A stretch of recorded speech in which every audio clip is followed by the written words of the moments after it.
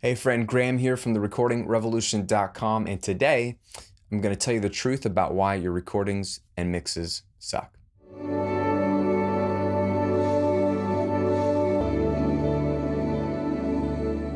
Now, before we dive into the truth, 2 words of preface. One, I spend a lot of time every week making videos here on YouTube, content and articles on the blog, and exclusive content in my mailing list, helping you get better sounding recordings and mixes. That's what I do. Preface number 2 is keep in mind that people who love you the most will tell you the truth. They'll tell you the truth because they care about you improving, growing. They don't want to just tell you what you want to hear because they care about you too much. So even though I don't know many of you personally, I create this content as if I'm your brother. Consider me your younger, older brother who cares about you enough to tell you what you really need to know because I want you to see results.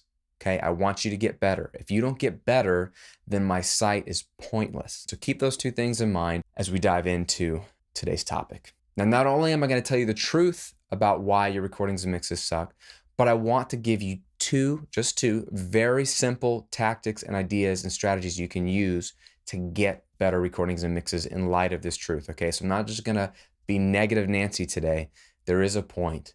I want you to get better. Now, let's talk about kind of the context real briefly of my niche. My field is audio education. You can go to any website, mine included, and find tips, tricks, tutorials, product reviews, all that kind of stuff aimed at helping you get better recordings and mixes. And there is a massive underlying assumption there in all that content. The assumption is that you've got a great sounding song or performance or recording or whatever, and you just don't know the mixing technique yet, or how to use the gear, or how to best set up the microphone to get the best mic placement. A lot of what we're teaching you is assuming you've got something good going on, and we're here to help you take it to the next level. And a lot of times that's true. For many of you, that is true. But the underlying thing that I see is that at the end of the day, and I talk about this a lot, and you know it in your heart of hearts to be true, if your recordings aren't any good, your mixes won't be any good. And if your songwriting isn't any good, your recordings won't be any good. And if your performances aren't any good, your recordings won't be any good. You see, there's always something before whatever you're trying to do right now that's necessary to get it to sound good. And I hear so many mix critiques, okay? Some of my students, my paid for students, will send me mix critiques. Graham, tell me what's wrong with my mix. How can I make it sound better? And 9 times out of 10, what needs to be improved in the mix isn't possible. It's just not possible. No mixing tip, no mixing trick, no technique, no plugin, no DAW, no nothing will help that mix sound better. Because what the problem is, the reason why that mix sucks and the reason why they're looking for help is they just don't have a good song, or they're just not a talented musician.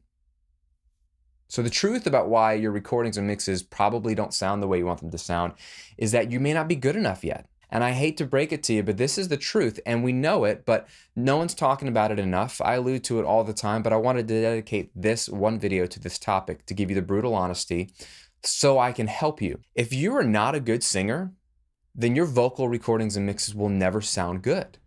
They just never will sound good.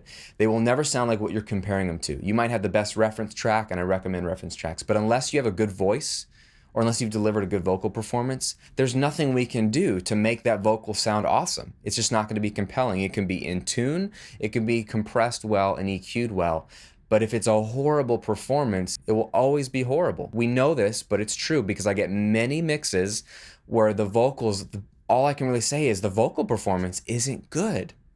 Same is true with guitar playing. Horrible choice of guitar tones. A lot of times, young recording engineers and mixers, they don't know how to get good guitar tone on their amps or even on their amp modeling software. So they have a horrible guitar tone because they haven't developed the ear as a guitar player to pick strategic tones. Sloppy playing, sloppy edits, a sloppy performance where the drums don't line up with the bass or the guitar. I mean, there's just not a lot of tightness in the playing and the performance. Again, that's a lot of immaturity, young musicians. I was there. Go back and listen to my old recordings, just a lot of timing issues. That's just stuff that takes time as a musician, right? You got to be a good musician if you want a good recording. But no one's coming to the recording revolution looking for how to become a better singer, how to become a better guitar player. They want to know what tip will get them there, what trick will get them there, what plugin will take them from bad mix to really good mix. But the truth is, you are the bottleneck. Your bad recording of your bad performance is the bottleneck. You might be a really good musician. You might be saying, Graham, I'm a fantastic singer. I'm a fantastic guitar player. And that might be true. But your songs aren't any good. Hate to break it to you, you got lame songs. You got songs that really aren't songs. They're like 4 bars of okay stuff. They're not well developed. They're not well arranged. I say this a lot, but good arranging is good mixing. A killer mix is one that was mixed long before it was even recorded. The producer, the songwriter, all those people sat down and thought through what would be a compelling song to listen to. Intro, verse 1 sounding different than verse 2, instrumentation, very strategic things about what's going to be panned left and right, where's the vocal going to sit, what are the harmonies going to do, how are we going to make this 3.5-minute song super compelling from start to finish so that nobody wants to change the station on the radio or flip to a new song on Spotify. So the idea is you might be talented as a musician, but until you've developed the skill and craft of songwriting, you're never going to have a good mix. You're going to have a well-balanced mix of a decent recording, of a good performance, of a boring song.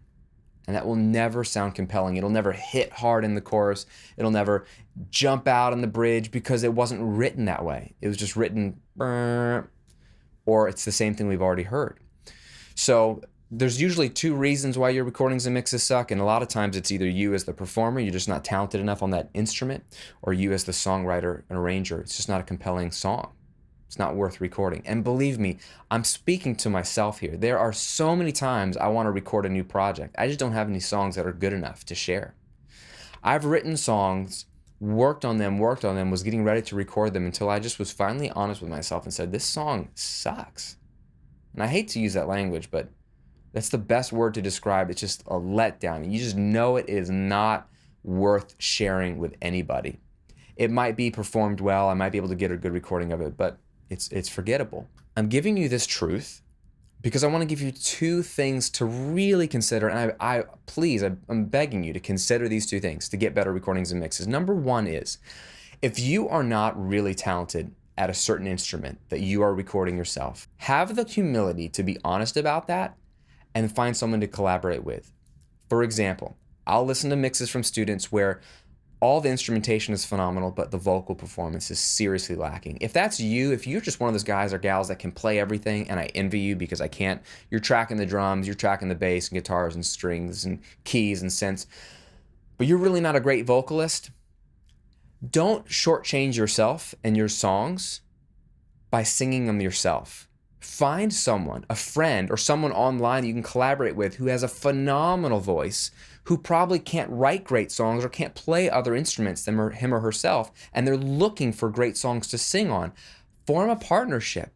You will both be better for it. Your recording and your mix will sound better because you'll have a killer vocal on probably a really good song with good instrumentation. Same thing is true if you really don't play drums. Hire a session drummer. You can do remote drums all the time now with like really good drummers. You know, virtual drummers are a great option too, but if you want someone who really can bring a performance, then not just the good sound, but bring the performance element, hear your song and say, man, it'd be great if we went halftime here, or I got off the cymbals here, no hi-hat here, we'll flip to the toms. He or she is then arranging and thinking like a drummer, and that'll bring so much amazing professionalism to your tracks because he or she is a drummer and you're not. Have the humility to invite collaboration with people that can take your songs to the next level. That's step number 1. I promise you, once you get past the hurdle of, pride, when you get those recordings back and you start to see it come together, you're going to love it. And it's going to be way easier to mix because when you have a killer vocal or a killer drum performance or a killer bass performance, it's always easier to mix because all the work is done for you. It's just some basic, simple EQ and compression and balancing. The same is true with your songwriting. If you're a super talented musician,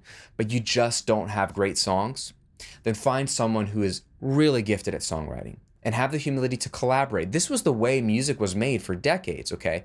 It's really only in this modern era of being able to do it all yourself because costs have come down and you can do it in a bedroom without the need of a big space, without even needing to see a human, that we've all felt like we have to do everything ourselves. That's never really been the norm. That's been the exception rather than the rule.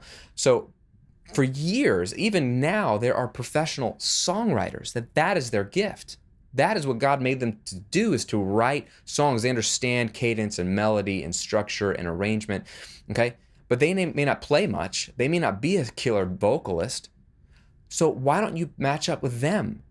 Find their songs and produce their songs. Play all the instruments yourself, or your team or your band or whatever, but use their songs, and together you'll make a killer recording and mix, okay? So collaboration is the number one thing I'd beg of you to do. You'll really, really be glad you did. The number two way to get better recordings and mixes is really, really simple. Just get better at your craft, okay? Stop looking for a new plugin. Stop looking for a new technique. I get this a lot. Graham, you've taught me the basics. You taught me the basics. Give me something new, a new technique. No, there are no new techniques, okay? If you're just not good at singing, or you're just not good at songwriting, or you're just not good at playing the bass, you will never have a good recording and mix. All you need to record and mix are microphones, your preamps and your interface, some EQ, some compression, maybe a reverb and a delay, maybe some saturation if you want to color it up and dirty it up. You don't need crazy techniques. You just need better songs and a better performance.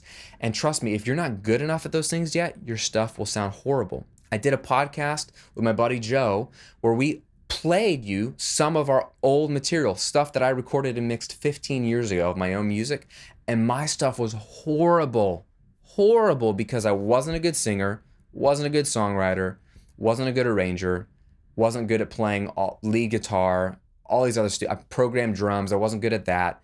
Those are all the reasons why my recordings and mixes were horrible back then. I have since gotten better at singing, songwriting, playing guitar, understanding arranging. I've had to develop as an artist, as a musician, as a songwriter. I still have a long ways to go. But please, if you invest time on the craft, my friend, your recordings and mixes will be phenomenal. I know you don't want to know this. I know most of you probably tuned out already. If you're still watching, then you, my friend, have a real chance of success because you have the humility to understand that no technique, no tip, no gear, no strategy, no rah, let's go get it done is going to give you the recording and mixes that you want. It's better performances on better songs with more talent over a long period of time, great arrangements. Those will translate into easier to record songs, easier to mix, and no-brainer to master songs. And this is the way it's been going on for decades and decades. So as your brother from afar, who cares about you, who has for 7 years, and even though we haven't met, I want you to get better recordings and mixes because I'm trying to give you the videos and the articles that I wish existed when I was coming up in this world. Trust me when I say, the reason your recordings and mixes suck is because you just aren't a good performer, a good instrumentalist, a good vocalist, or a good songwriter yet. And it's just going to take time. And if you work at it, you will get better. And where you realize your human limitations end, like I cannot play drums to save my life, collaborate. Don't ignore the reality of your human limitations. We're all limited. Collaborate where you reach your limitations. You'll have more fun. You'll make better music. And isn't that what this is all about? Thanks for watching. Leave a comment below the video. I would love to know if you have the humility and honesty to acknowledge that that might be true. One of those things I said might be true in your life. If you have the guts to share below specifically what you're bad at that you should probably start collaborating out and partnering with, and what area that you feel like you're okay at, but you just need to actually practice your craft a bit more. Leave a comment below the video, let me know. If you like these kind of videos, subscribe. I always do these mixed in with the tips and tricks because I know tips and tricks will only take you so far. You need to understand the truth and the philosophy of how this works. So if you like it, you're going to like a lot of my other videos. And also jump on the mailing list. It's absolutely free.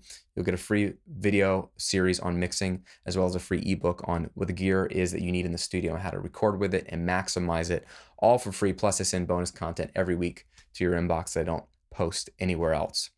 That's it, my friend. Have a fantastic week. I'll see you on another video real soon.